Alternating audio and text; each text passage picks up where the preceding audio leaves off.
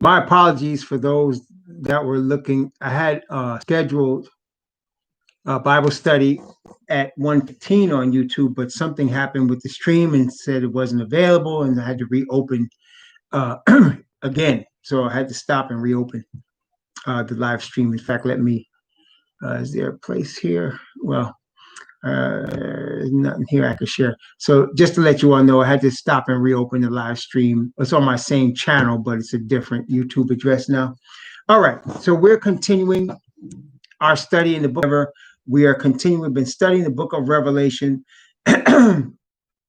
And we have gone through the first 8 chapters of the book of Revelation, and we have studied the 7 churches. We have studied the 7 seals, and now we're studying the 7 trumpets. And again, the seals, the churches, the seals, and the trumpets are in harmony with each other. They go together, and so there's a rhythm to the book of Revelation. It's also a book that is basically proclaiming the words of prophets that were already spoken in the Old Testament in one place.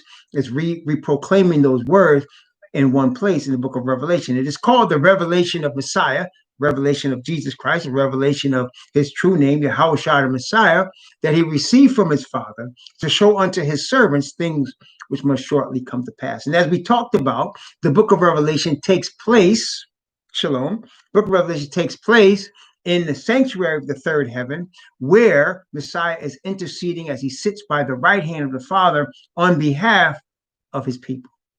Okay, and so we are studying the 7 trumpets, and we're talking about warnings given to the chosen regarding things that are coming to pass in each time period. And we were now studying the 5th time period, which represents the rise and the establishment of Islam.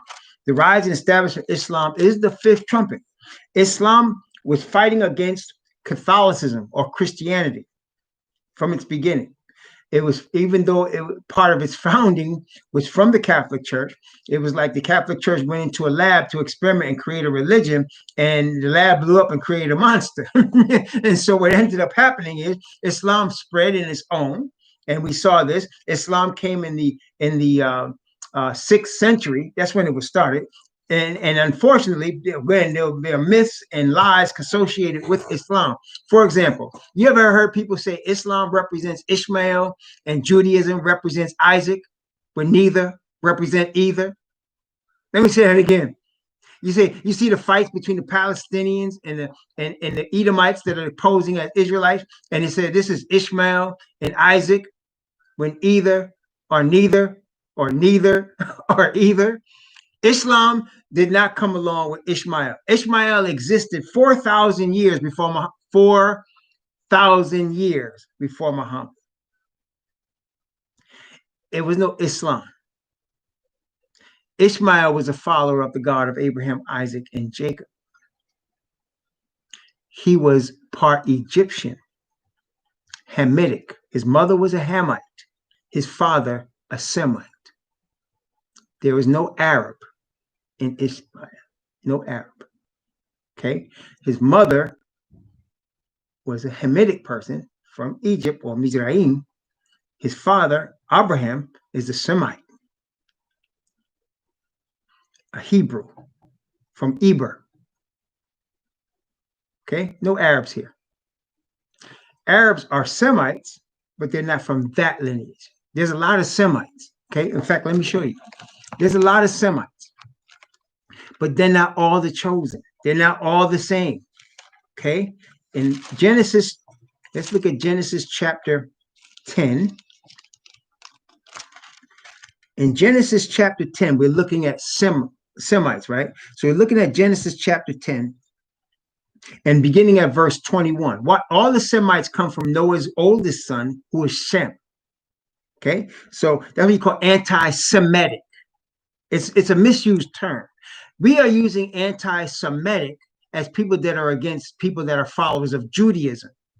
But the truth is, the original followers of Judaism are converts to a religion that they made up called Judaism. They are actually children of Yafet. They come from Europe.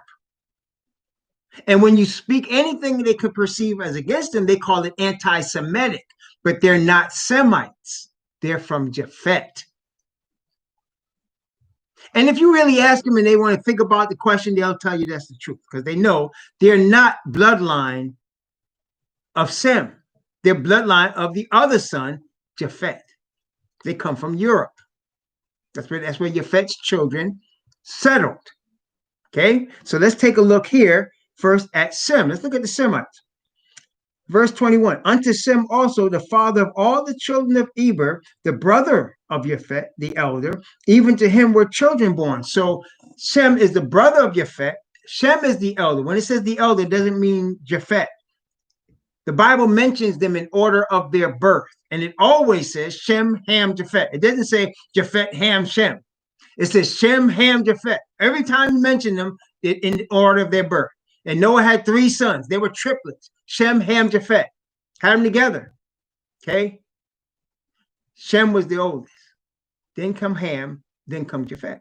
Now, that being the case, Eber is where you get Hebrew from. That's why the first thing he said, he is, Shem, the father of all the children of Eber. Why was that? Because the Hebrews are the chosen people.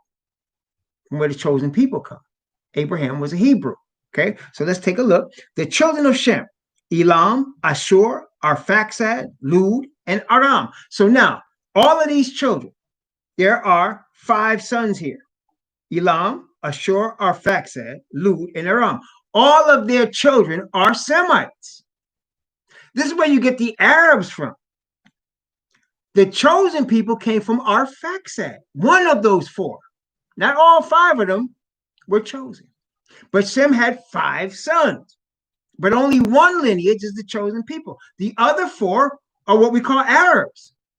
They're spread out. They're Semites, but they're not Hebrews.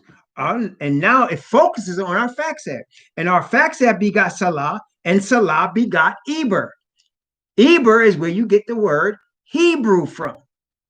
Okay? So Arphaxad had a son, Salah. Salah had a son, Eber. And unto Eber were born 2 sons. One was Pelag, for in his days the earth was divided, and the other one was Joktan. And Joktan begot, and he goes into all of Joktan's children. Okay? And then, but the children that were Peleg, that's where the chosen came from. And it goes again into them in chapter 11, beginning at verse 14. And Salah lived 30 years and begot Eber. And Salah lived after he begot Eber 403 years and begot sons and daughters. And Eber lived 34 years and begot Peleg. See, there it is. And Eber lived after he got Peleg 430 years and begot sons and daughters. And Peleg lived 30 years and begot Reu. Right? And so it continues till you get all the way down to Abram. And that's the true lineage of the chosen people. So it's Sem, Arphaxad, Eber, Abram, who became Abraham. There were 4 other Semite children, and they're all Semites, obviously, because they were born of Sem, but they're not all the chosen people. So you got Arabs today that are Arabs, but they're not Israelites. Only children from Abraham, Isaac, and finally Jacob, whose name was changed to Israel, are Israelites. There are a lot of children related, but they're not all chosen. Now, the people of Japhet, let's take a look. The children of Japhet in Genesis chapter 10, beginning at verse 1. Now, these are the generations of the sons of Noah. These are Noah's 3 sons, for whom the whole earth was populated after the flood. Okay, and it says that. Shem, Ham, and Japheth, or Japhet. And unto them were sons born after the flood. So the flood destroyed everything that wasn't on that ark. And what came off that ark populated the planet. Okay? The sons of Japhet, Gomer, Magog, Madai, Yavan, Tubal, Meshach, Teras. So all of these are the sons of Japhet that populated part of the population of the earth that came from Japhet. Notice the term Magog, otherwise known as Magog, that goes with Gog and Magog. Same people.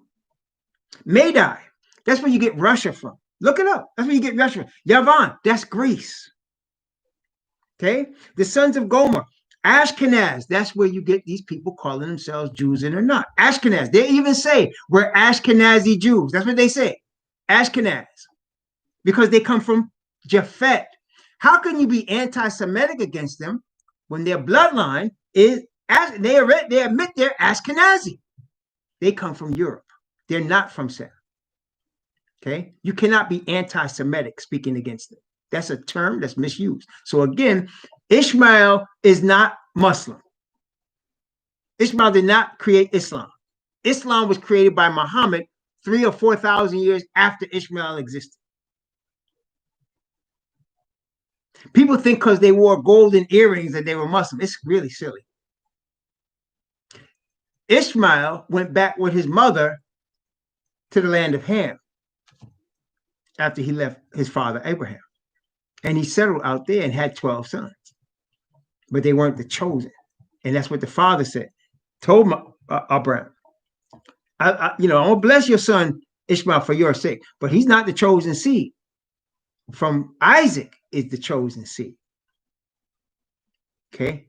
People don't want to hear that, but that's what the Bible plainly says. Either you believe it or you don't. But that's what it says. Okay? So if you're from Isaac, and Isaac had two sons, Edom and Jacob.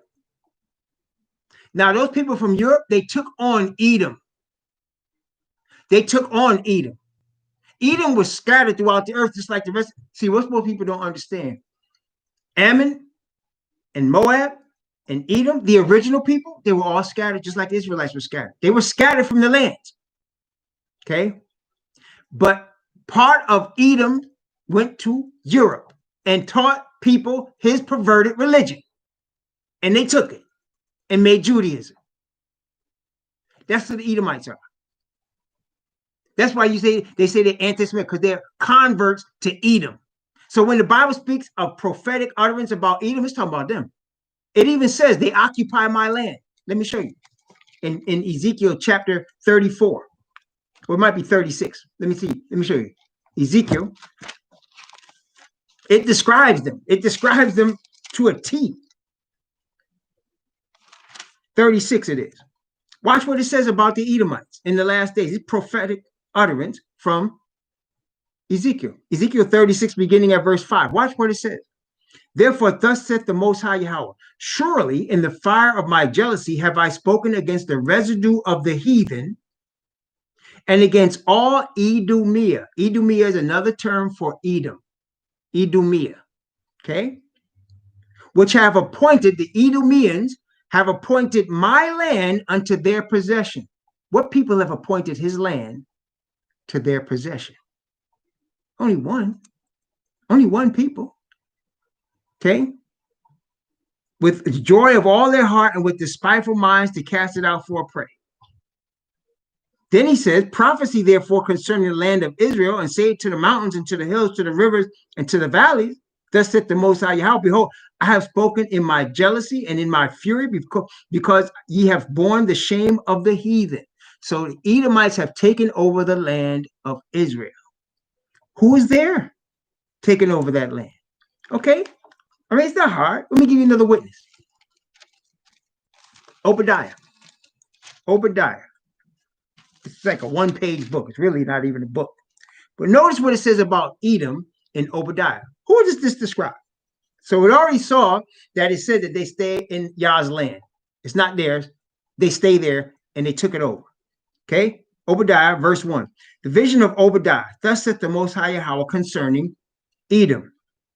We have heard a rumor from Yahweh, and an ambassador is sent from among the heathen.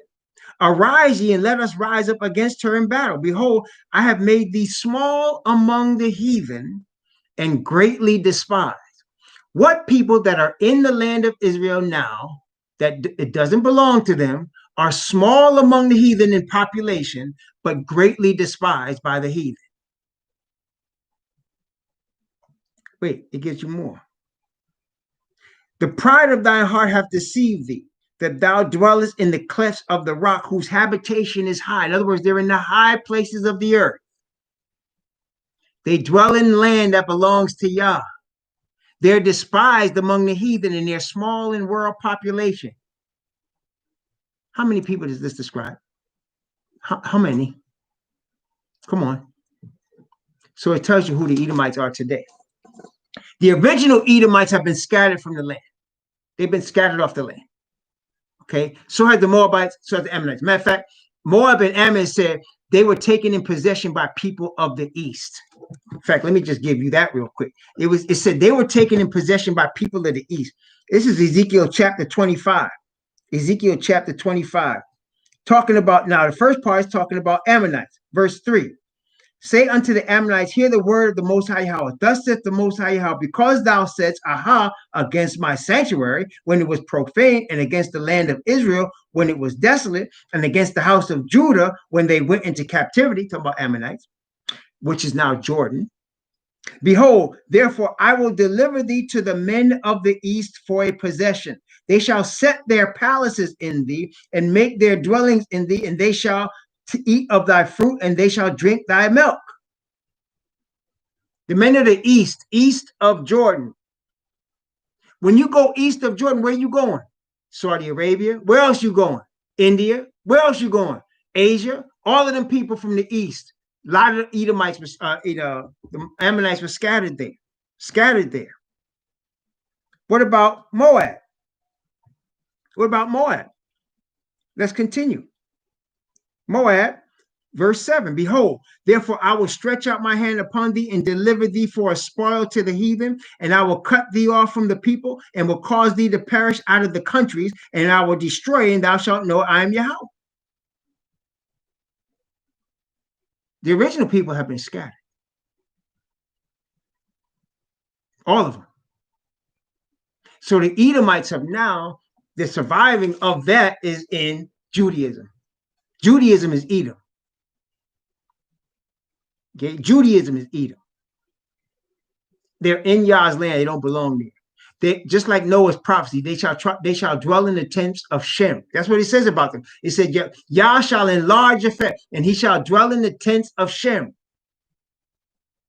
They try to take over the chosen people. Okay, that's what they're doing. Okay, and so you had now Islam. Islam hates Judaism. That's obvious, but it has nothing to do with Isaac and Ishmael.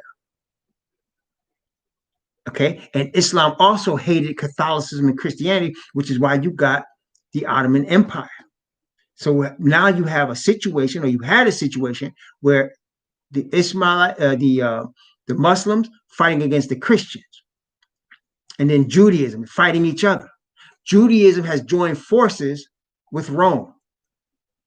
The Roman Catholic Church controls Judaism. And now what we have seen in the last 30, 40 years has been the Roman Catholic Church with Judaism putting the spanking on the Muslims to bring them into subjection. Why? Because we talked about that from Revelation chapter 9, because when Islam came into existence, it was putting a spanking on everybody. Okay, we're going to talk more about that as we get to the 6th trumpet as well. So let's take a look. Again, let's read from what we already read. Revelation chapter 9. This is talking about Islam. Revelation 9. You want to know what Islam is in the Bible? Here it is. Revelation chapter 9. Okay, here it is. And the 5th angel sounded, and I saw a star fall from heaven unto the earth, and to him was given the key of the bottomless pit. We always talked about anytime a star falling from heaven, an angel falling from heaven, something falling, something getting kicked out. That's Asatan. That's Asatan, and he's always up to something. He started the Catholic Church, and he started Islam. And they both are against Yah's chosen people. All against Yah's chosen people. How much has this enveloped the chosen? Again, in America, the United States of America, we were beat over the head with white Jesus and Sunday keeping and eating pork and Christianity. Remember what he said? Cause my people to eat things sacrificed into idols and to commit fornication. That's what he said. That's what happened. These places, these religions caused my people to eat things sacrificed into idol and to commit fornication. We were beat over the head so much with that when we started waking up, people like Malcolm X said anything but that. So when Elijah Muhammad, whose name was Elijah Poole, changed his name and said, this man named Farad came from the East and taught me the truth. He was the messenger. Everybody was anxious to get it. Why? Because it wasn't white Jesus and Christianity. That's why. Anything but that. And not knowing they were going from the frying pan into the fire. But that's, they were running from Christianity. Okay, running from Christianity. Running from white Jesus, running from the Christian church and all of that Sunday keeping and pork eating and all that, because that was killing us. And the brothers recognized that. That was not helping us. It was enslaving us to the Caucasian. It was so, why? Any Caucasian, I really respect the Caucasians that receive truth. I really respect you, because most of y'all don't even want it. They'll say something like, why the color of Jesus matters? You are willfully ignorant if you really believe you're going to make the color of Jesus white and you're going to put him all over the planet and you're going to beat him over our head for 100 and 400 years and say it doesn't matter. Wake up. Y'all deserve what you're going to get. You deserve what you're going to get. The mind control that y'all placed on us for 4 centuries, you're going to tell about it don't matter? Don't get me started. Don't get me started. And then only read the New Testament, say we New Testament Christians, don't read the Old Testament, when the Most High, our God, the real one, Yah, spoke through our prophets about us, and you tell us don't read that. Why do you think the devil influenced these people to tell you that? Don't read the prophets. Don't study that. That's all done away with. Why do they want you to do that? And just raise your hand and receive white Jesus that looks like them. Come on, wake up, y'all. Wake up. Wake up now. And I mean everybody wake up. Israelites wake up and you Caucasians wake up. Wake up and realize the truth, man. Because you know what? We living at a time when you're not going to be able to hide behind your ignorance. No. Y'all better wake up. Most High is not having it. He's not having it. They had us worship a man that looks like them so that when we see them, we give them honor. When we see them, we give them the blessing. I'll give you an example. The Ashkenazi Jews have been involved with commerce from the time they was in Khazaria, when they controlled the trade routes that came from Eastern Asia all the way to Europe. And they've charged fees to pass through their land. They've been in banking and money a long time. Have nothing to do with the Most High. That's all our Satan system. So, you know, many times in my life, when I used to do mortgages, and when I used to do mortgages, part of originated mortgages, I used to give a list of lawyers that would do closings, right? And I remember one time I was, for a black couple, I'm doing this mortgage, right? And there's a list of lawyers, right, that do the closing. The brother said, whichever one is Jewish, I want that one because they know how to handle the money. Brainwash. See that? See that? I used to coach a player that was an NBA, he became an NBA player. And for a minute, I was thinking about trying to be his agent. And you know how one of the reasons I didn't get it, because there was some Caucasian people that had influence. And he and his piece, you know, you want to deal with these people, these white people, they know how to handle this stuff. Black people don't know how to do with that. See how we got? You know why? Don't tell me white Jesus didn't have nothing to do with that. That we look at Caucasian people and think they're higher than us. It doesn't matter. That's willful ignorance, man. That's and unfortunately, in the last days in which we live, people are into willful ignorance. But the Most High is not having it. He is not having it. This is about truth now. This is about truth now. Okay? The Messiah is a black man. People say, well, he really, you know, even the Caucasians that admit that, they'll say, well, he really is not black. He's kind of like a bronze color. Anything but the truth. But when brothers that look like me, they could be as dark as night or look like me, and they'll be still shot in the street, then we're black, right? But when Messiah looks like us, he's really not black. Wake up, y'all. This ain't the time, man. This ain't the time for willful ignorance. This is not the time. This is not the time. It's not the time. I'm trying to tell y'all. As a teacher of Israelite people, I'm trying to tell whoever's listening to me, this is not the time to be willfully ignorant. Your willful ignorance is not going to get you mercy. It's not going to get that. You're going to be destroyed. He's not playing that now. He's not playing that. It's time to wake up. It's time to wake up. Okay? Everything we need to know is right here, man. It's right here in this book. I'm reading to you from the book. And then I already showed you who the Edomites were. The book showed you. I ain't show you. The book really showed you. There are people that have come on his land. There are people that are despised among the heathen and great. They are well in high places on the earth. And they're small in population. And they control high places. That's money, y'all. That means Hollywood. Edomites. That's why, in politics. And I like, look at the Supreme Court. It's a perfect reflection of how these things are operating. Look at the Supreme Court.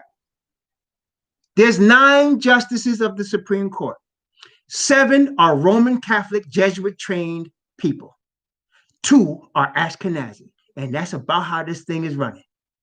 That's about how it's running. 7 are Roman Catholic. See, they got you brainwashed into thinking, oh, it's conservative and liberal. That's a game they playing, man. That's a paradigm. The Bible don't talk about that, but it does talk about Edomites, and it does talk about Catholics. It does. And it's telling you what's happening.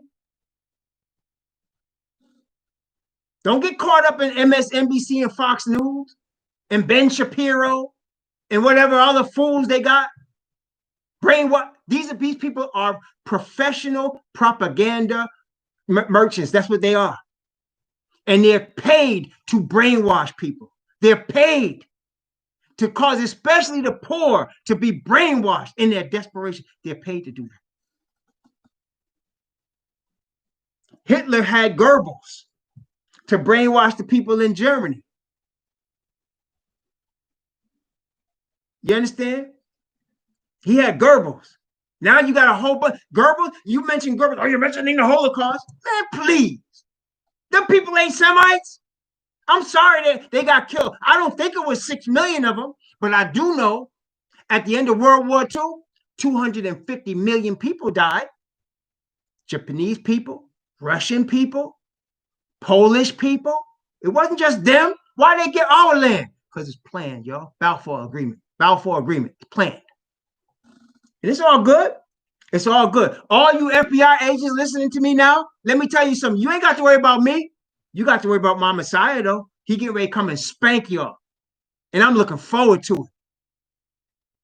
They don't need no guns. I don't need no guns. You don't need to go Washington. Them propagandists like Alex Jones. I told y'all there was a trap coming, didn't I? I told y'all it was coming. Alex Jones and people like him, he riled them people up, and them fools came running out there in the Capitol, and now look at all of them getting arrested. They running all over the country. They're getting hunted down and arrested. Because now they know who they are. Look, let me tell you something else. Y'all ain't going to want to know, but I got to tell you the truth because it's from the Most High, all right? That Million Man March from Farrakhan was the same thing. Remember the Million Man March from Farrakhan? Remember that? See, I had a brother of mine, close brother of mine, still is to this day. We grew up together. Okay? He went and he was dealing cocaine. He was dealing cocaine. Soon after that, he got busted. He went to the Million Man March, and soon after that, he got busted. They knew who he was. They were following him. And he went to jail for 12 years. It was a setup. Farrakhan was used to bring all the brothers out there so they know who you are. Oh, y'all are the radical ones. We know who you are now. And after that, brothers was getting pinched. You think that's accidental? And then at the same time, they just passed the 3 strikes law. Remember that? Look, man, follow the word. Follow Yah. He's our God. The God of Abraham, Isaac, and Jacob. He's not a Muslim. He's not a Muslim. Be careful if you was there because they're watching you. The whole reason for you going out there was for them to see who the guys are who they need to keep tabs on. The same thing with this here. Alex Jones and Ali Alexander, that Judas, they arrange this thing to hype the people up, to get them out there, so now they know who they are, and they can come knocking on their door, which is what they're doing. You're gonna see more. What? The inauguration gonna be lit. The inauguration is gonna be lit because you're gonna see these people, these Caucasian people, these poor Caucasian people from all over the country descend on Capitol houses in all the states, and it's gonna be lit. It's gonna be lit. They go, man. You know why? Because okay, for there to be complete takeover of the world system, which is we have the world system already in place. It's already in place. The banking system, the politics system, the religious system, it's already in place. For it to be under control, though, you got to get rid of all dissenters. You got to get rid of all dissenters. You got to get rid of the dissenters now. Okay. So in order to do that, you got to draw them out to see who they are. You got to draw them out to see who they are. And that's one of the ways they're doing it. One of the ways they're doing it. They get people that can inspire people to do things, right? So Alex Jones inspires people. You may not believe what he says, but he inspires people. Louis Farrakhan definitely inspires people. There's no question. He inspires people. He speaks inspirational words, and he could cause 1 million black men to come out to Washington. And he did. And they add the help, from others that you don't see to bring you out there. Let me ask you a question. Did Messiah ever march on Rome? Did Messiah ever hold a demonstration against the Romans? Did he ever do that?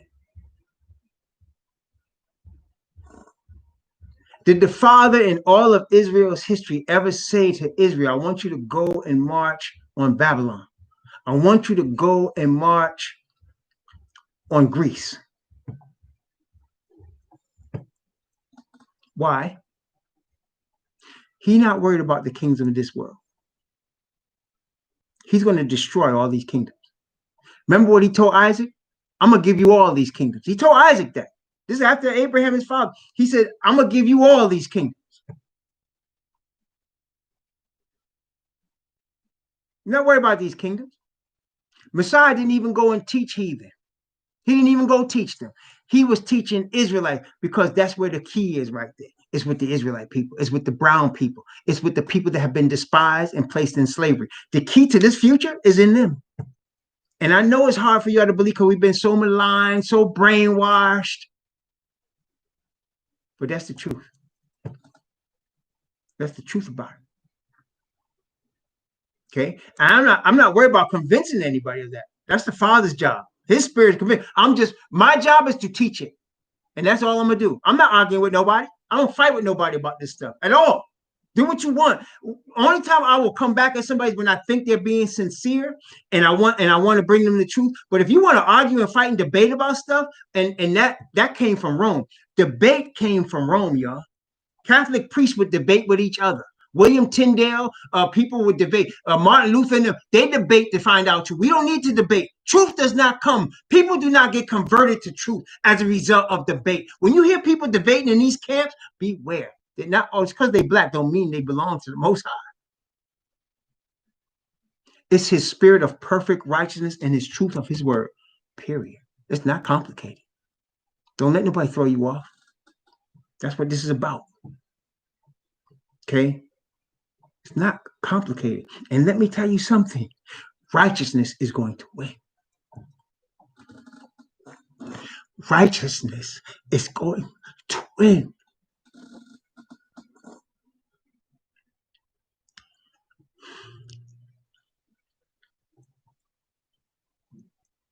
That's the truth.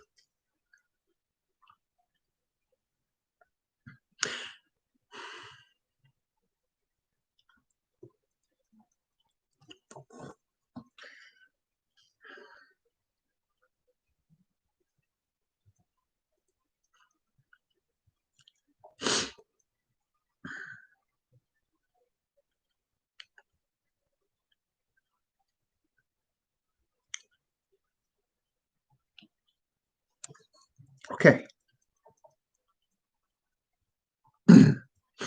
Okay. So Islam was brought into existence to deceive people, especially people of Israelite descent. It was created for that purpose, but instead, what it did, it fought against Japhet. It fought against Japhet, and that's why, and that's prophetic. Again, Revelation chapter 9, verse 5. And to them it was given, talking about to Islam, it was given that they should not kill them.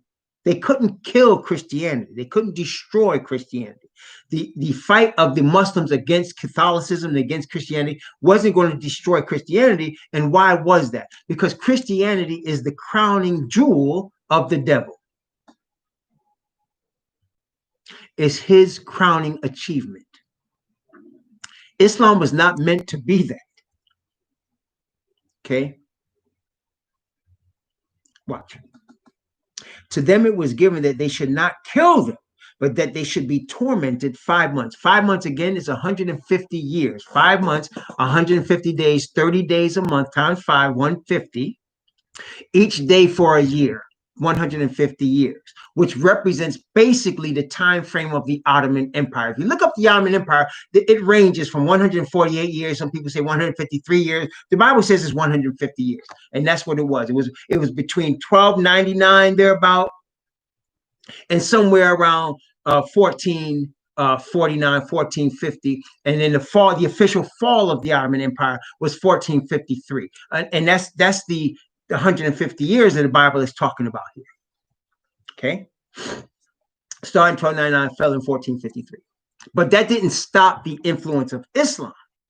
That stopped them fighting against Rome in terms of Europe. They were coming at Europe.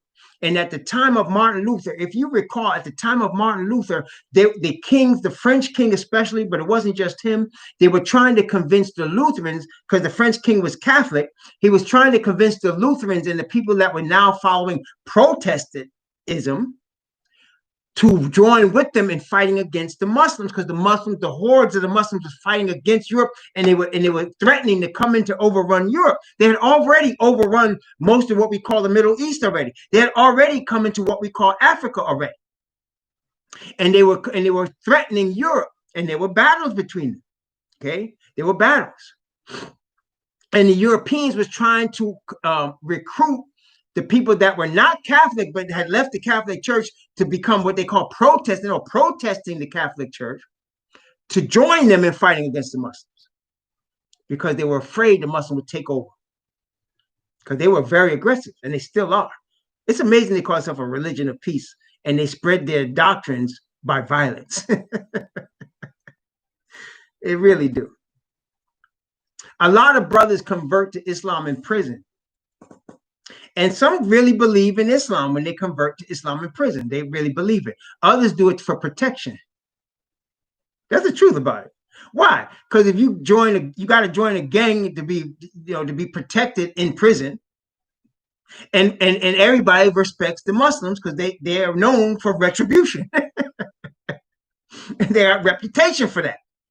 So if you join with them, you got protection from Islam, by Islam in the prison. So you get a lot of jailhouse conversions to Islam. Okay. Because they're known. Don't mess with my people, because we'll come back on. We'll come back at you. Okay. That's one of the reasons that Malcolm X split from the Nation of Islam. It was over a brother that got killed by the police in Los Angeles. People don't realize that. In 1962, a brother was shot down in cold blood with several brothers, and they weren't doing anything wrong. They were actually collecting clothes for their people to give to their people, and they were bringing the clothes to a mosque. And the police, somebody called the police came and killed him. Basically, that's how it worked. Shot him down in cold blood. And Malcolm X wanted to find out who the police were that did it and killed him. And Elijah Muhammad said, no, we're not going to retaliate. And that's what began the split. That's what began the split right there. Because Malcolm X thought we should retaliate. We should not allow them to just kill our brothers like that. Because that was the reputation of Muslims. That was the reputation. And then being black, and the Caucasian understanding how angry we would have had to been from how we have been treated by them, and then having a reputation for retribution and becoming Muslim, that made it even more mystique, you understand? So Malcolm X bought into it, and he thought we should find out who these cops are and kill them. He was right, according to their doctrine. But Elijah Muhammad said, no, we're not going to do that. And that caused the split between Elijah. That began the split that eventually ended the way it ended between Elijah Muhammad and Malcolm X. Because Malcolm was a straight militant, man. That's why one of the reasons I respected him. He was a straight militant. He wasn't having. Okay, it wasn't about, to me, I'm not Islam. I don't believe in Islam. But Malcolm was a straight militant. He wasn't having. He was all in, man. He had his flaws. Yeah, he did. But that he was fearless for his people. He ended up giving his life for his people.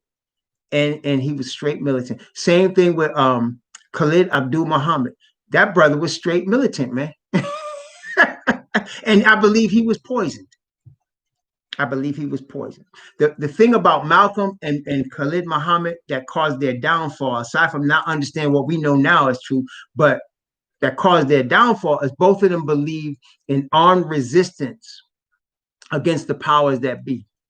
Okay, Malcolm believed not only in that, but he believed in political resistance and political movement. You're not going to win politically in the devil's system.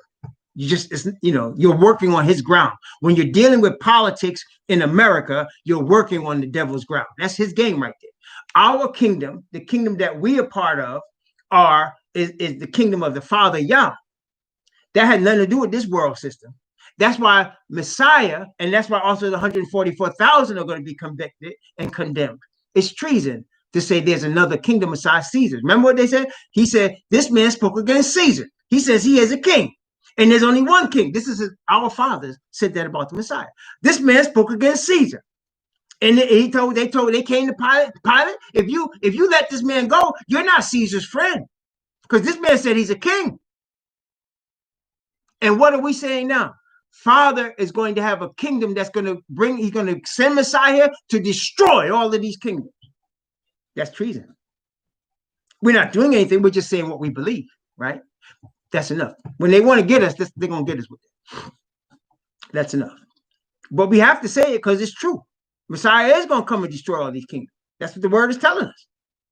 All right, that's what the word is telling us. So we don't get involved with the politics of this world the way Malcolm did. Malcolm was about to go to the United Nations and bring the United States government up on charges. And he was right.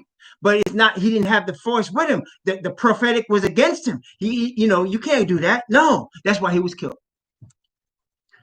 Martin Luther King was killed. Martin Luther King was working with them. They were paying him to say all that peaceful stuff.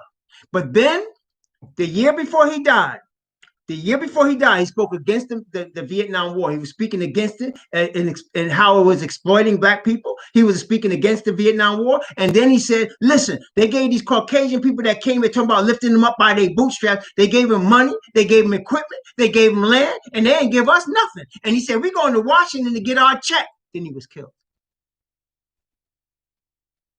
Okay. He was fighting on their ground. Khalid Muhammad recreated or restarted the black Muslims, saying we're going to defend ourselves. We're not putting up with this anymore. And he was poisoned. You cannot fight on Satan's ground. You cannot win when you're on his ground.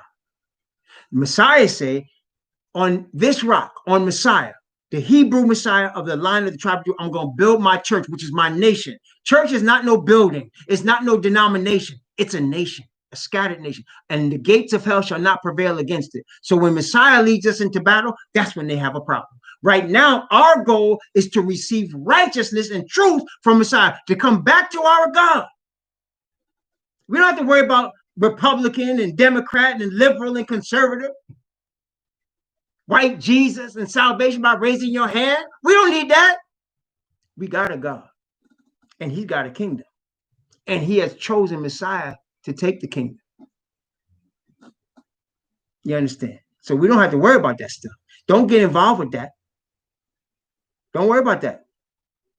Concern yourself with the spirit of the Father. See, righteousness is going to win. I'm telling you, righteousness is going to win. And it starts with Father's Spirit. He has sent his Spirit. The first number one reason he sent his Spirit is to awaken his people. He did not have Moses go down into Egypt to save Egyptians. That wasn't the goal. The goal was to go get his people. His people, Abraham, Isaac, and Jacob's children. It hasn't changed. We read last night, Jeremiah chapter 23. He said, you're not going to say how we came into Egypt anymore. He said, you're going to say how I delivered you from the north, the south, and east, and the west, from all the nations where I have scattered you. That's the next deliverance. That's the last one. That's what's coming. Don't worry about these nations and what they're doing. Worry about the seal of the living God on your forehead and his perfect righteousness in the spirit. Nothing could stop that. Nothing could stop it except us and our choice. So here's Islam. Here it is. And it's striking. Notice it said in verse 5, it said, they should torment them 5 months, and their torment was as the torment of a scorpion when he strikes the man. It's irritating. It hurts. It can poison you. Right? And it's against Christianity. And that's why when we read Daniel chapter 11, it said that the king of the south shall push at the king of the north. The king of the north is the Catholic Church, the great whore, established by Rome, established by the sons of Yafet, that's the Europeans who are now in charge, and by the devil that's leading that movement. And then you have the king of the south, which is Islam. And it pushed at the king of the north. And what was the response? The Bible said, he shall come against him like a whirlwind with chariots and horsemen. What's going on, brother? What the United States doing spending all that time in the so-called Middle East? Every time Israel cries, here we are. And you know they send your tax dollars there, right? You ain't got no say in that. Billions of dollars going to them Ashkenazis for no reason, except they just Ashkenazis. And Rome is going to use that for its glory.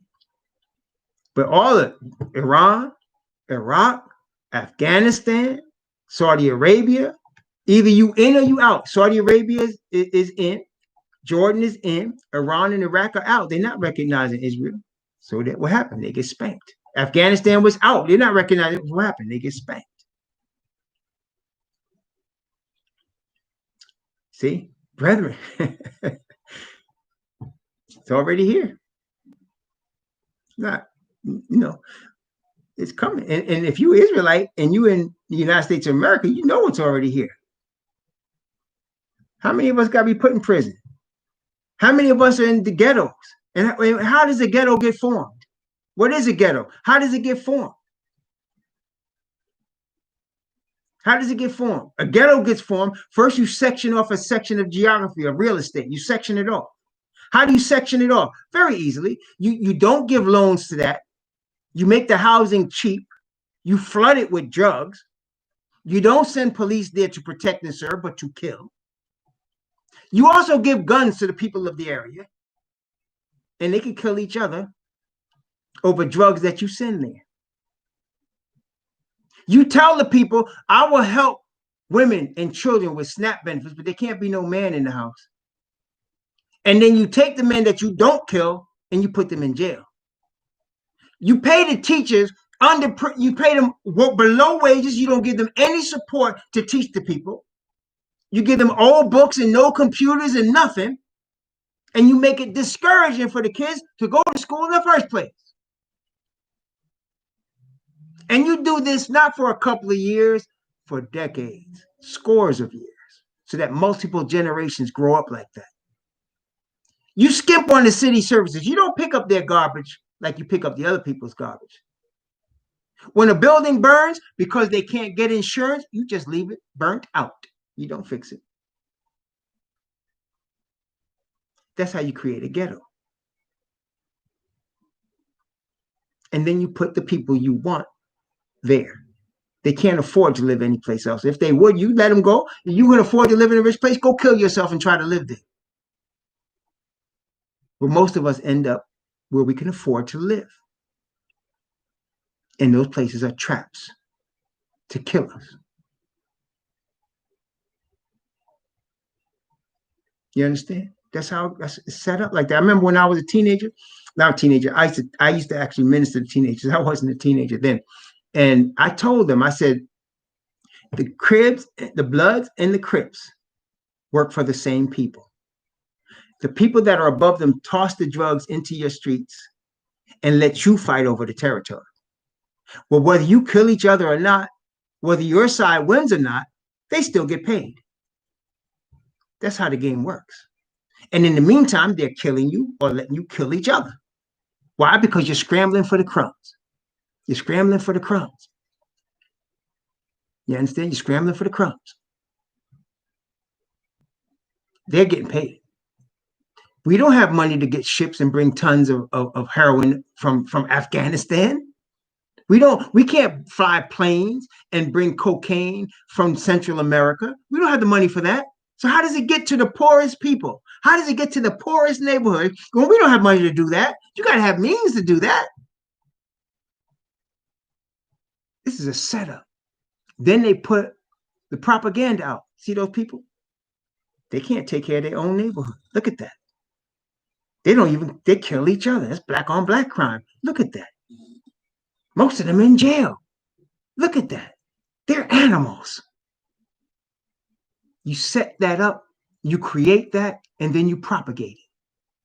That's how a ghetto is created. That's how a hood is created. Then you put us in jail on felonies, and we can never vote. Once you have a felony, you can't vote. You can't even get a decent job when you have a felony. Oh, you can clean up somebody's toilet. You can cook in somebody's, what they call that, short order service. You could do that, but don't ever think you're gonna become a lawyer or a doctor. Don't ever think you're gonna make anything of influence because you got a record. You got a felony. You done. And 3 strikes and you ain't never getting out of jail. That's how you create the situation. And it's a miracle that we're still here. That's what shows you it's the Most High.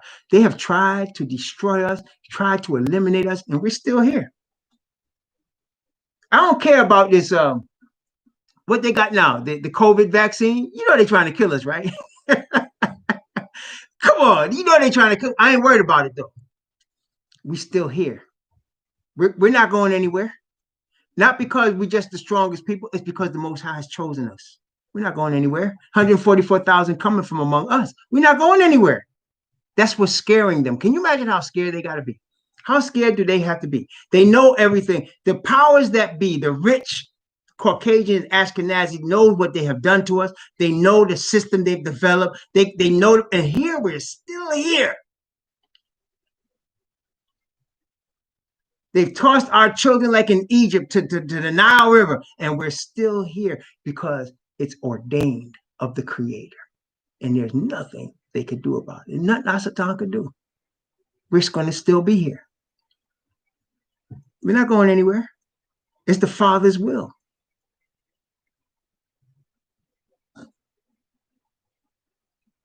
So here's Islam. And we're still here. They got Boko Haram. They got, what's the other ones? In Aleppo, right? Taliban. All these crazy ones.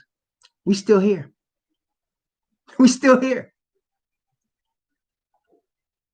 We're not going anywhere. There were 22 million of us when Malcolm X were killed in 1965. 22 million so-called black people in America. We're more than 46 million now. That's after crack. That's after Nation of Islam. That's after 3 strikes. That's after heroin. That's after Vietnam. That's after Middle East wars that they try to induce us to go to. We're still here. We're not going anywhere. We just grew. Okay? We're not going anywhere. And the Most High has chosen it because out of them come the 144,000. It's 144,000 what we would call black males. Black men. Just men. I don't care how many of these women talking about women's rights and black women need to go. This is about men. He has chosen men. Why? Because men were made in the image of the Creator. Women were made in the image of the man. That's Bible. I'm not making that up. That's Bible. Okay? It's what it is. So we're not going anywhere. And he's going to raise up the men. He's already doing it. He's already doing it. Some of us are garbage men. Some of us are short order cooks. Some of us are sweeping floors as somebody's janitor. Okay, we're still here. We're not going anywhere. We could suffer. We're going to suffer. At the end, righteousness is going to win. Some of us going to die. It's all good. We're coming back. Can't stop. Death can't even stop us. There's a resurrection. But like I said, this generation that we're in is the most important generation in the history of the planet. The most important generation, because this generation is going to see Messiah return. This generation is going to see the complete development of Asatan's kingdom, and they're going to clash. It's going to be a clash. It's going to be a fight. It's going to be a clash. And this generation is going to see it. The leadership, the religious leadership of this world that we're in right now is among the most deceptive in the history of the planet. The most deceptive. Because they're the most given over to Asatan. The Christian ones, the Muslim ones, the Buddhist ones, the Judaism ones, the most deceptive crew is alive right now. This is the most deceptive. That's why there's a time of trouble coming such as never was since there was a nation. This stuff is coming to a head. And only those sealed in the Father's righteousness will be able to stand.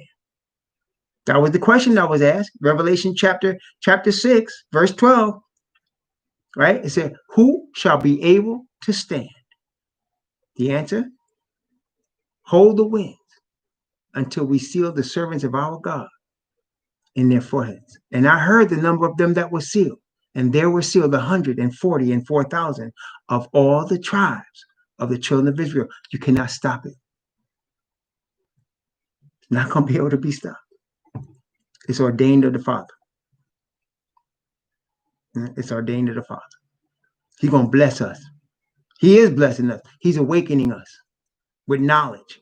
Remember, my people are destroyed for lack of knowledge. Because thou hast rejected knowledge, I have rejected thee. That's part of our punishment. But the awakening is now we're receiving knowledge of the Father. We're receiving the perfect righteousness of his Spirit. We're receiving the truth, and we're awakening. Nothing could stop that. Only those that have chosen for their own, whatever their own agenda is, to not receive the truth, not receive the conviction of the Father's Spirit, that's their business. And there's going to be a lot of us that do that. There's a lot of coons like Ali Alexander that helped organize that storm on the Capitol. That was a coon. There's a lot of coons like that. There's going to always be Judas, y'all. There's always going to be Judas. Don't worry about Judas. Judas is going to be in a bad situation. Remember what Messiah said, it'd be better if he hadn't been born. All the coons out here that are speaking against the truth on media, in politics, in religion, taking your money. All of the coons, it's going to be better that they had not been born. In this generation that we in right here, it'd be better for them if they hadn't been born. I'm not worried. Don't worry about them. Only I have to worry, and you have to worry about one thing. Make sure we're not the coon. Make sure we're not Judas. That's all we got to concern. Make sure it's not us. Remember the disciples asked the question when Messiah said, one of you going to betray me. One of you going to betray me. Have not I chosen you 12 and one of you is a devil? One of you going to betray me. And they came to him, each of them. Master, is it me? They wanted to know. Judas even came. Is it me? And he said, yeah, you said it. It's you, brother. Go do what you got to do. And he left. He took his bread, ate his bread that he didn't pay for. He had the money and spent all the money. Took and went to go get his 30 pieces of silver and do his business. He said, yep, you said it. It's you, brother. Go do what you got to do. Do it quickly. And he went. But they all asked him, is it me? And that's the question you and I have to ask. Is it me? Because don't worry about finding out who it is, as long as it's not you. Right? As long as it's not you. because the devil's going to come at each of us with that deal. I'll give you some money. I'll give you some power. I'll give you some influence. Let me know what's going on over there. Do you realize that when Malcolm X was killed, he was surrounded by government agents? All the people he was trusting in that was supposed to be protecting him, most of them were government agents. Do you realize that around Elijah Muhammad, most of the people around him, except his sons, were government agents? That's why I don't trust Louis Farrakhan. I don't trust him. He's inspiring, but I don't trust him. He should be dead. Why is he still alive? Malcolm X dead. Khalid Muhammad dead. How's this brother still alive? Come on now. You don't get to live like that if you're in the truth.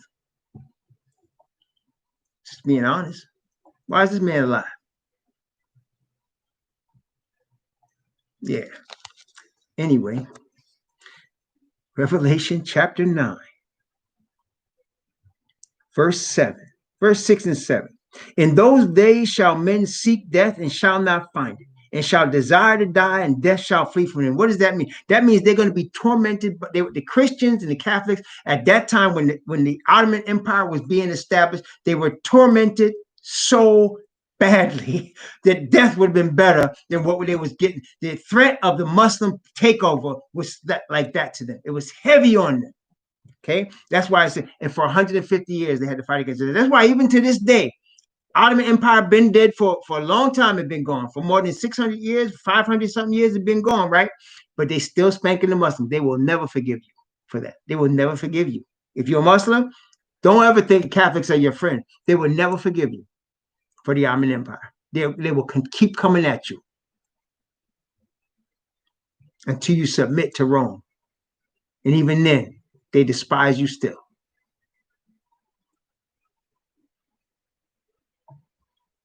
And the shapes of the locusts were like unto horses prepared unto battle. And on their heads were, as it were, crowns like gold. And their faces were as the faces of men. So listen, they had golden crowns on their head, but it wasn't like the one Joshua had on his head, holiness to Yahweh. Why? Because these people came out of the bottomless pit. So they gave crowns to themselves to take over. And that's what they do, right? All of your countries that are Islamic countries, after the fall of the Ottoman Empire, we're going to talk about that in the 6th year. After the fall of the Ottoman Empire, you still have what they call caliphates. Caliphates were different groups of Muslims, and they were all vying for power. And that's why you have even to this day, you have Sunni Muslims, right? You have different groups of Muslims. Shiite Muslims. They were from caliphates that were trying to vie for power. That's why you have different Muslims in Afghanistan. You have Muslims in different, they're not all the same. And some of them just hate each other. The Kurds, the Shiites hate the Kurds. And they were all vying for power. And for a long time, the Muslim world did not respect Louis Farrakhan and the Nation of Islam because they said they weren't following Islam. They respected Malcolm X because he was looking to unify. And Malcolm X, when he went on his journey to Saudi Arabia, he converted then to become a Sunni Muslim. Prior to that, he wasn't. And they still don't respect Louis Farrakhan. A lot of Muslims don't respect that because they're saying you're not following real Islam. You're following what you want to make up. Well, whatever. But that's still the skin between them. But they're still aggressive. All of them are aggressive. Okay. The other day, right? Just like a few months ago, somebody drew a picture of Muhammad to try to illustrate Islam to elementary school children. And when that teacher was crossing the street, somebody came up to him and stabbed him to death. They're still like that. You speak against Muhammad, they will kill you. You don't got freedom of speech with Muslims, even if it's not their country. They were in France when they did that, I think. It wasn't even their country. And they came and they stabbed that boy to death. Okay? The true colors always come out, man. It's like scorpions.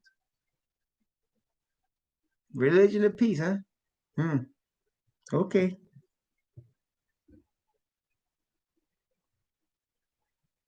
Verse 8, and they had hair as the hair of women, and their teeth were as teeth of lions. And they had breastplates as it were breastplates of iron. And the sound of their wings was the sound of chariots and many horses running to battle. And they had tails like unto scorpions. And they were stings in their tails. And their power was to hurt men 5 months. It keeps going over that 150-year period. And they had a king over them, which is the angel of the bottomless pit, whose name in the Hebrew tongue is Abaddon, but in the Greek tongue is named Apollyon. Two names for the same thing. Why? Because he represents going after Hebrews and heathen. The destroyer. The destroyer. That's who was over them. People think it was Muhammad. Muhammad wasn't the destroyer. He didn't fall from heaven. It's the devil. And what did the Messiah say about the devil? When Satan fights against Satan, his kingdom cannot stand. And that's what you have. Islam, as Satan's creation, and Catholicism, Satan's creation, fighting against each other. His kingdom cannot stand. That's the sign. That's the sign to us to show us the kingdom is not going to stand. Satan's kingdom is not going to stand. He's ready to fight with himself just to try to win. Messiah never fights with himself. Him and his father on the same page all the time. Spirit on the same page all the time. They don't fight with himself. Satan fights with himself. That's why you have Democrats, Republicans, liberals, conservatives. Both are under Asatan's power. Neither of them are under anything but Asatan. And he's fighting with himself. To deceive the world, he's fighting with himself. His kingdom cannot stand. That's the sign. That's the sign. His kingdom cannot stand. It's not going to. Okay? Righteousness is going to win.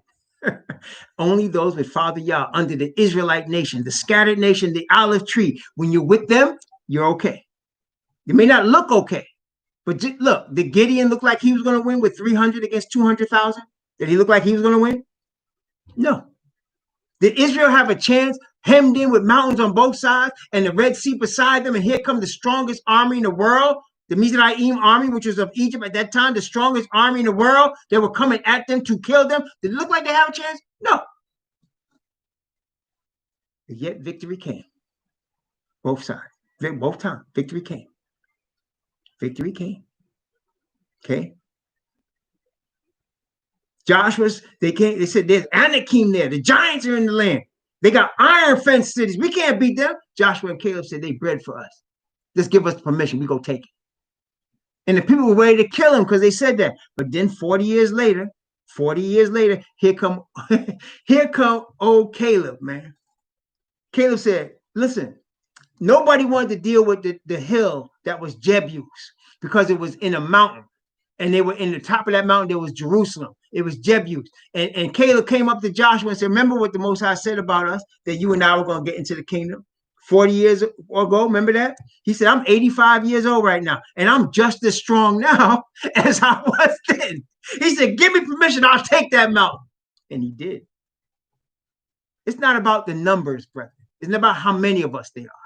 It's the spirit that's with us. It's the spirit of the Father. It's an eternal spirit. And there's more with us than them. Angels can, one angel it was used to destroy all the firstborn in Egypt. Just one. And we got armies with us, y'all. I'm trying to tell you. Don't worry about these people and their games, man. Our concern is being sealed in the righteousness of the Father. To follow the truth is our concern. Not churches, not money.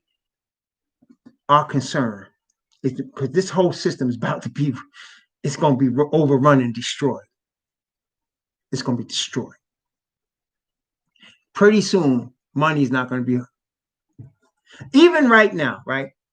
Think about money. Just money, right? The dollar and the pound. Those are the dominant, the pound, the euro, the dollar, those are the dominant currencies on planet Earth right now. The US dollar, the British pound, right? The sterling, right? And then the euro. Those are the dominant currencies right now. But what is everybody using to pay for stuff? You're using plastic, either a debit card or a credit card. Is that the truth? You're using a debit card or a credit card. Now, of course, cash is still accepted all over the world, but people are using plastic to get things bought and sold, and credit. So it's like the actual bill that it represents is almost irrelevant. If you have it on your card, the digits in your bank account tell you how much money you have, right? So you got digits in your bank account, and they can wire digits in and they can wire digits out. And that tells you how much money you have. It's going to come to the point where dollars and pounds and sterlings and euros are going to be nothing. It's already coming. It's going to mean nothing. That's just little measurements they use to control the currencies of the earth, to control people with currency. Bitcoin, same thing. Yep. And so that's going to be the case. It's going to be the case that it's not going to matter anymore. It's coming to that. It's not going to matter anymore. See, don't get caught up in money, man. It's not, don't think, we need to start businesses and run. Look, man, we in Babylon's kingdom. It's over. Their world is over. Yes, we still going to get money to pay for basic necessities, but it's only a few more years. Only a few more years. It's almost over. Only a few more years, and this is done. We're in the most important generation of history right now. I'm trying to tell you, this is the most important generation of history. This is the generation that people are going to see Messiah return. This is the generation that either you're going to fight against his kingdom or you're going to be in his kingdom. We're here. Okay, we're here. Okay, we're living in that generation. This is the generation that Ezekiel and Isaiah and Zechariah and Jeremiah and David was prophesying about. We are here. Okay, very important, brothers and sisters. Very important, man. Very important. Right? And so because of that, the game is at an all-time level. The intensity of the game, the hecticness of the world is at an all-time level because the devil knows this is it right here. This is the fourth quarter, man. This is the game right here. It's game time. It's game time. Okay, and in the spirit world, they know that. And those of us that are connecting with the Father know that. This game time right now. But there's still people out here trying to get money, trying to scam you, trying to say, send money to us. Let's build a building. No, man. No. There's going to come a time where people are going to give money at the end of this thing, when we're right before the money's worthless. People are going to sell houses and stuff to do it. But nobody's going to, when somebody's asking you to do that, they're ripping you off. You never heard the apostles tell anybody, go sell your land and give us the money laid at our feet. They didn't ask for that. The Spirit led people to do that when it was time. Okay. And when it's time, people in this earth are going to do that. They're going to sell their houses. They're going to sell their bank accounts. They're going to sell them, and they're going to give the money to the merchant, to the servants of Yah. And the servants of Yah are going to distribute it to whoever they have need. Just like Paul. Paul was getting money all the time, but he gave away everything he got. He gave away.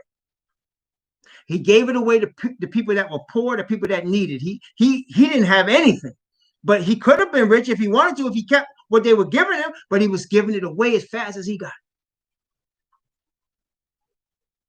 And that's going to happen again. You never heard Paul ask anybody for money. They gave it to him. I'm not going to ask anybody for money. Any servant of Yah will not be asking for money. The people asking for money are ripping you off. They got an agenda. Paul was a tent maker. That's how he earned his dollars. He go and work. I'm blessed I could work. If I was in a wheelchair, I would ask for money. I couldn't work, right? If I was in a wheelchair, if I was quadriplegic, or if I had some disability that stopped me, but the Most High blessed me. I'm 60 years old and I'm just as strong, like old Caleb. I'm just as strong now as I was when I was 30. There, going. I got gray hair, but don't mess with me now. Trying to tell you. So I don't want no money from nobody. I'm not rich. I'm in debt, but I don't want no money from nobody, because money interferes with the true aim of righteousness. Money in churches and buildings interfere. They really cloud the judgment. We got to focus. We the last generation, man. This is about spirit right now. This is about truth right now. I don't want your money. I'm not trying to build no building. I'm not trying to baptize you into nobody's church. This is about the scattered kingdom of Israel, the chosen people. That's all it's about. That's all it's about. And I got a lot to learn. So does everybody. I'm still learning. I read the Bible through it 18 times coming out, but I'm still got a lot to learn. No question. I'm not worried about that though. As long as I'm following the Father's Spirit, He's going to lead me where I got to go. Same with y'all. Somebody I was talking to, a good brother the other day, said, man, you got to leave the city. You got to leave the city. You got to come out to the country. And I said to him, don't you remember Lot? Lot was in the worst city on earth, Sodom and Gomorrah. And how did he get out? Angels came to him and said, go get your family and get out of here now. And then they ended up pulling him out. The angels pulled him out. When you follow in the Most High, He's going to lead you where you got to be. You ain't got to worry about these things. All the concern is that He stops leading us. If ever you stop hearing from the Father's Spirit, that's when you have a problem. Really, that's the problem. Okay, Messiah wasn't concerned with anything until the day He hung on that cross and on that tree, whatever you want to say. And He said, my God, why have you forsaken me? Because He felt forsaken of the Father for our sins. That was the only time you hear Him cry out like that. And that's our only concern, to be separated from the Father. As long as we're connected with the Father, you ain't got no problems. Nah, this world, we're in the last generation, man. This is it right here. And we need to stay close to the Father and to His word right now, because this is it. The game is up. This is the jig right here. This is all the marbles. This is the fourth quarter. It's game time. It's right here. Okay, it's game time. Asatan's aware of it, but he's trying to keep everybody asleep, especially our people. But it's all good. You cannot stop the Spirit from awakening those that He has chosen. You cannot. And I praise y'all for that. So, brethren, we just did 5 trumpets. Next trumpet is the 6th one. And that's involving where we live right now. That's this time period. We're going to talk about that in the 6th trumpet. Now, that's coming by the grace of the Most High next Friday. That's the next time we have a Bible study, on Friday night, next Friday. So we'll talk about that then. But that's going to be an important one, because that's where we live. That's where we at right now, in the 6th trumpet. So please continue to seek the Father in the name of the Messiah. Continue to seek truth and righteousness in the spirit of righteousness from the Father. Please read His word for yourself. The 66 books of what we call the King James Authorized Version. Read that for yourself. Read it, study it, read it through, cover to cover. It will change your life. Don't look at me, don't look at anybody. Read that book. Read it. Pray. Let the Father guide you. He will never guide you wrong. He will always guide you in truth and righteousness. He will never allow Asatan to dominate you. If you're on His side, you will not allow it. You're an important generation. You're the most important generation in the history of this planet. You are living. I don't care what side you are. It doesn't change that fact. Whatever side you are on, whatever you believe, you're in the most important generation in the history of planet Earth. That's where you're living right now. The most important one. The last one. May the Most High guide you and bless you in these days of danger and COVID and wars and rumors of wars and earthquakes and deception. May He guide you in paths of truth for His name's sake. May His light lead you through darkness. Shalom.